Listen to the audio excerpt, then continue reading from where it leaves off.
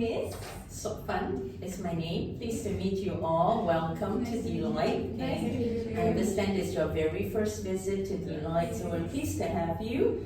It's good to see young, vibrant people so interested to learn and invited me to share some insights with you. So my name is Sokfan. I'm the country head of HR for Deloitte Malaysia.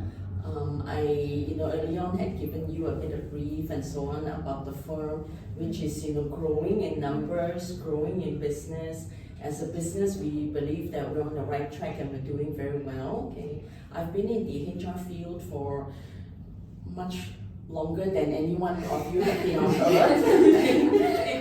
So it's been a very long time. Okay, it is my passion to be in this field, to deal with all sorts of people from any age groups, any sort of position level or job grades. Okay, and it's my pleasure to be here.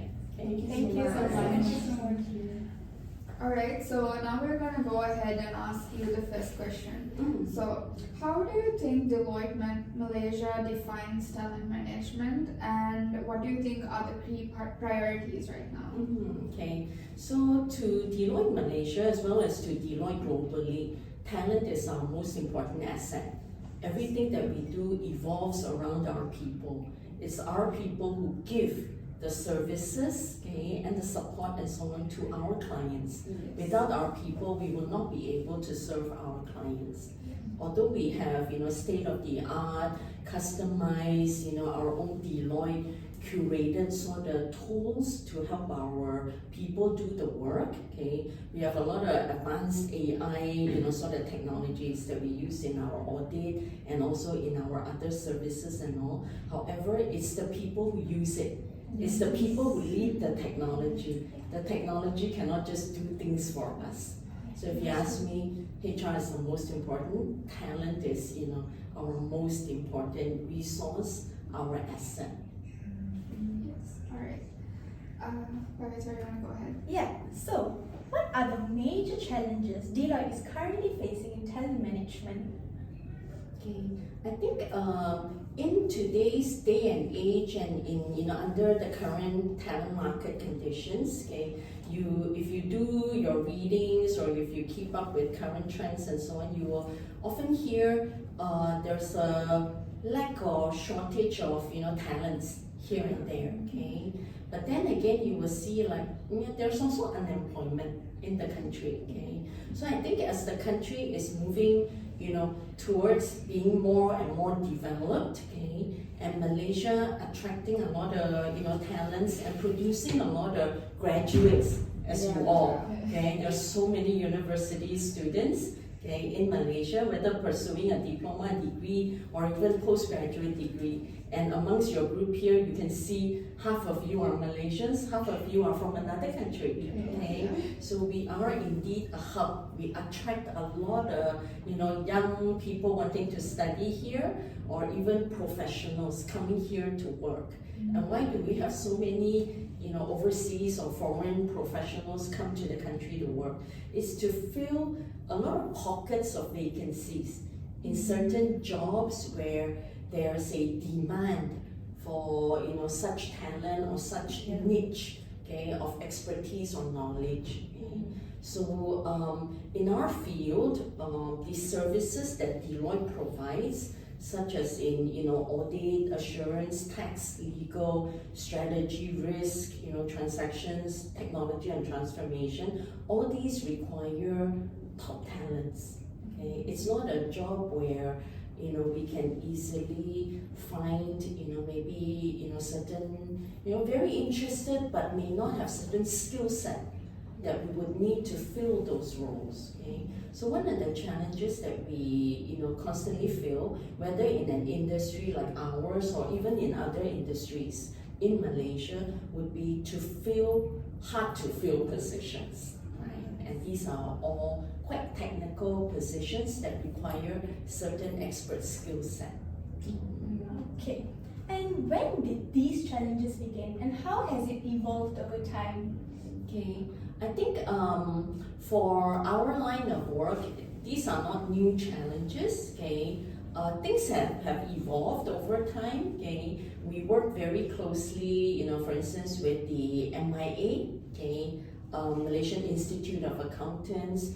We also, give inputs to, the education ministry, to the universities, to the faculty.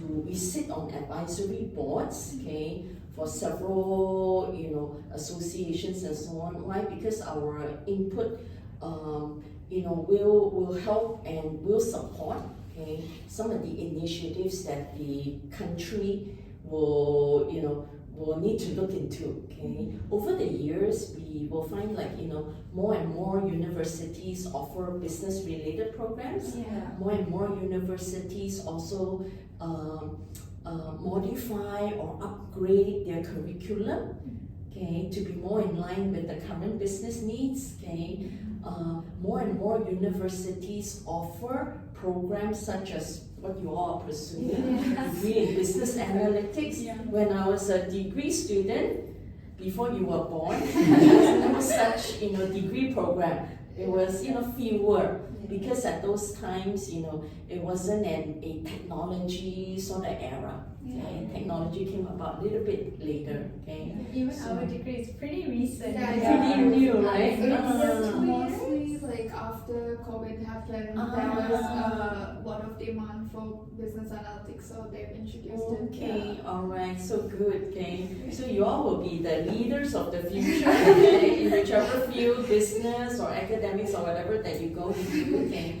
so these are, hopefully you all be very successful. These are important initiatives that we need because there's a shortage of certain talents. So it's nothing new. We are coping with it. We have our own, hiring strategies. We have our own talent development strategies to help our people, to give them the knowledge and the opportunity to gain the knowledge so that they can step up from fresh graduate all the way to, all the positions that we need. And whatever that we internally cannot fill, we will have to look outside. Look outside would mean find from another industry, find the talent from another industry, find the talent from another company probably, or find the talent from another country. Okay. Right. Okay. Alright. So, what do you think are like the main causes for all of these challenges? Because right now there's like issues like market condition, internal processes, or even like digital disruption. This is kind of like a big thing right now. So, what are the main causes of it? I wouldn't say it's a cause or so on, okay, but the needs of the market has changed, okay.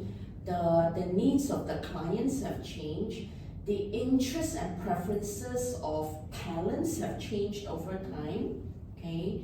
So it's a mixture of many different factors, okay, that give rise to such a situation. So I wouldn't say it's directly caused by what and what. Okay, it's just many factors surrounding the issue. Okay, if I pinpoint on one factor, it is also not conclusive. It is a mixture of various factors. Okay. Alright, understand. Following up on Haley's question, how would you think this affected employee performance, engagement, and retention?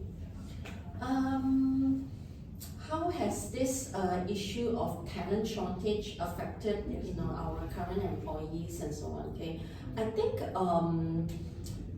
as I said, it's not a brand new situation that we're facing. That's why we work very closely with universities. We hire directly from universities. We have internship programs. Okay, in fact, just a week ago, I onboarded 120 interns from various universities. Okay, why? It's to give them the exposure to the firm, for them to have a head start to learn about what we do, help them create this interest, and hopefully many would want to come and join the firm, right? Yes. But obviously we are also very selective. We have a very robust sort of criteria where out of these 120 interns, we may not be taking all 120 of them. Okay?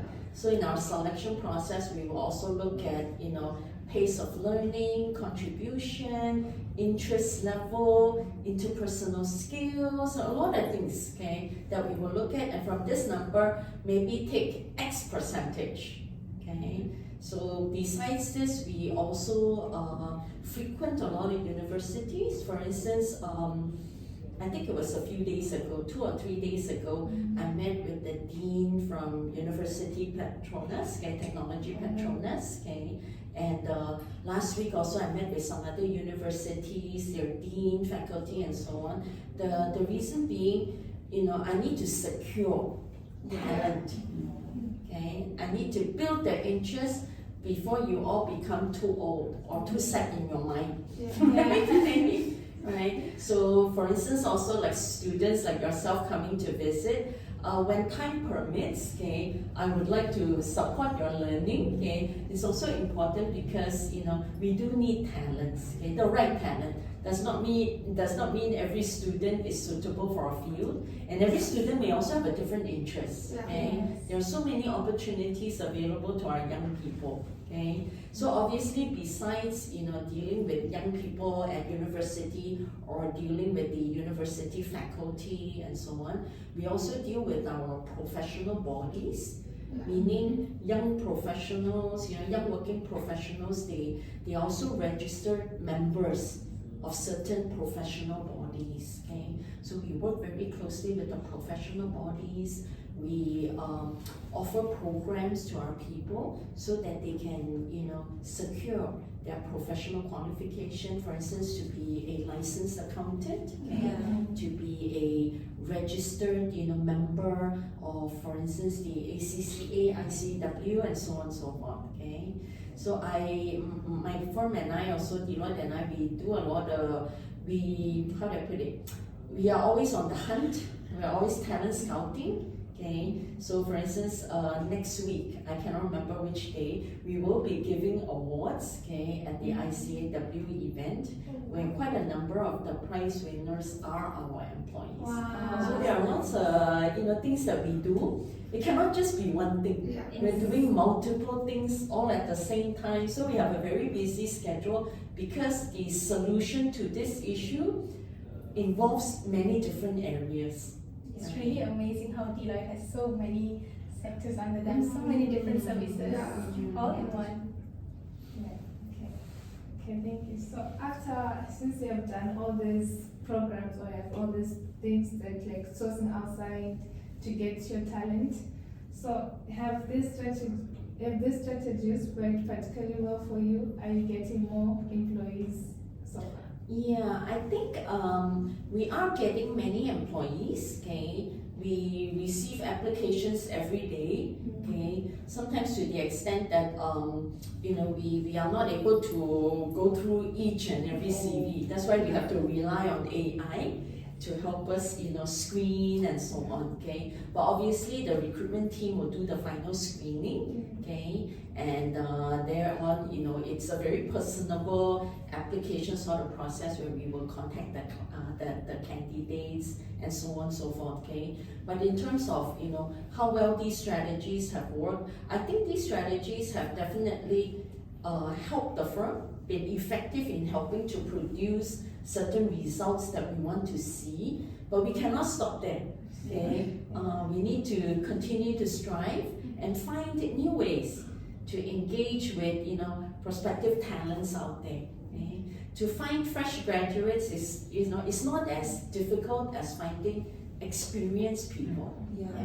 Right? Oh. So many fresh graduates. Yeah, right. To find experienced talents, call for different strategies. Okay, how to engage with them, how to, you know, network with them. Okay, how and where to attract them from. Okay, and if we need to hire foreign talents, okay, we also need to have a different sort of strategy, where to find them, how to find them, when to get them in, how many, and all that type of thing. So there are many things to look at. Yeah. Okay, Miss. So as final question, what kind of support or changes do you believe are needed from leadership or HR policies to manage talent more effectively? I think for HR to be successful, okay, in all the key must-dos, okay, we need to work very closely with top leadership. Okay? For instance, in my role, I deal directly with the CEO, I deal directly with each of our business leaders, so that very directly and in a straight line, Yeah. I will understand what are the needs. We can speak about things very openly, very directly, okay, and together we work it through to produce the sort of plan that we want to see. Whether it's a recruitment plan, it's a talent development plan, it's a high potential plan where we want to maybe fast track some of our very talented people, or a mobility plan where maybe we want to second a few of our top talents to another Deloitte office to gain overseas learning and exposure, or some technical niche knowledge in another market, right? Whether in banking, in insurance, or so on and so forth. Okay, so I think it's very important. Okay, totally crucial to be to have very close working relationship with top management, which we do here. How many Deloitte offices are there around the world? Around the world, many. If you look up, if you go to our career website and so on, you will Yeah. find there are so many. Okay. In Deloitte Malaysia is part of our Southeast Asia network. Okay. Obviously, Southeast Asia rolls up to Asia Pacific. Yeah. So one very unique feature about Deloitte Malaysia is being part of our Southeast Asia network. We work very closely with our other country practices. For instance, Singapore, Thailand, Indonesia, okay, Vietnam, and so on, okay, Philippines. So whenever there is a need to embark on something, it's a concerted effort throughout the region. Even country HR, myself will liaise with the country HR of Singapore, Philippines, Vietnam, Thailand, and so on and so forth. So we have a good synergy. Okay, so ideas can be generated, then challenges. Okay, a lot of challenges that I face in Malaysia is also a challenge in Thailand, in Vietnam, in Singapore, and so on. Okay, it's not even probably in some other parts of the world. Okay, it's not an unknown sort of challenge, right? So that's pretty much it for all of our questions, and we just want to say thank you so much for taking time for us out of your busy schedule. And that's it for us. Really learned a lot. Yeah. Thank you so much for visiting. So I wish you all a successful project. I don't know how long, how short your project needs to be. But hopefully, you will produce a very good piece of work to your lecturer and ace your subject, right? Thank you. Okay, so wish you continued success in your studies. Thank you so much. Thank you all. Thank you. That's all for our interview. Thank you. Thank you.